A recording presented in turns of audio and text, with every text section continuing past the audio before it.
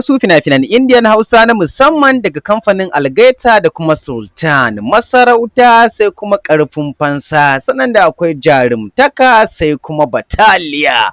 Ayya Sultan. Gaskiya satin ga na musamman ne, shagali balaguro. Kada in cika ku da surutu kamar da yadda aka saba.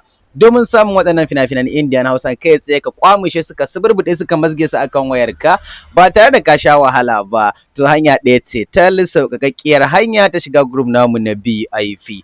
Group wanda ake biyan kuɗi a shiga domin suburbuɗe fina-finan Indian Hausa daga kowanne kamfani da ka san yana fassara fina-finan India, kama daga Algaita, Sultan, Al Hussein, Yusuf Zamani, Mega, D-Love, Fikira da ma dai sauran kamfanonuwan da suke fassara fina-finai. Yanzu haka da zaran ka zo ka shiga group namu zaka ci gaba da kwamushe duk wasu fina-finan Indian Hausa da suka fita a baya baka same su ba. Sa'annan kuma duk waɗanda za su fita a gaba ma in dai kana cikin group namu zaka ci gaba da samun su, sai dai kaga kawai ana zubo su da zaran an fassara su. Ko guda nawa kake so, duk wanda kake so zaka kalle shi a group namu kuma zaka saukar domin tura ma waɗansu. So wannan dama ce ga 'yan downloading ga masu kallon ɗaya-ɗaya, ga waɗanda ma ba sa a nan ƙasar, a duk inda kake karka damu, kawai suburbuɗe number da kake gani akan wannan bidiyon nawa sai ka mun magana akan WhatsApp ka ce mana kana son shiga group namu na Indian Hausa, za a tura maka yadda 'yan tsarika suke, ka biya 'yan kuɗinka sannan ka bada lambar wayarka a mazga ka a cikin wannan group ɗin, domin ba kyauta ake shiga ba. Idan ma ka san ba za ka iya biyan kuɗi ka shiga tsarin ba to kada ka yi mana magana.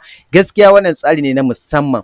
A maimakon ka tsaya ɓata kanka lokaci kan YouTube ko kan Bidimed kana neman Indian Hausa baka samun su, sai dai ka ta ganin tallace-tallacen da baka ganewa ma'anan su, to kawai ka ɗauki number nan da kake gani ka mana magana akan WhatsApp, da zaran ka biya 'yan kuɗinka kuma za a suburbuɗa ka a cikin group da zaka fara downloading na kowanne Indian Hausa.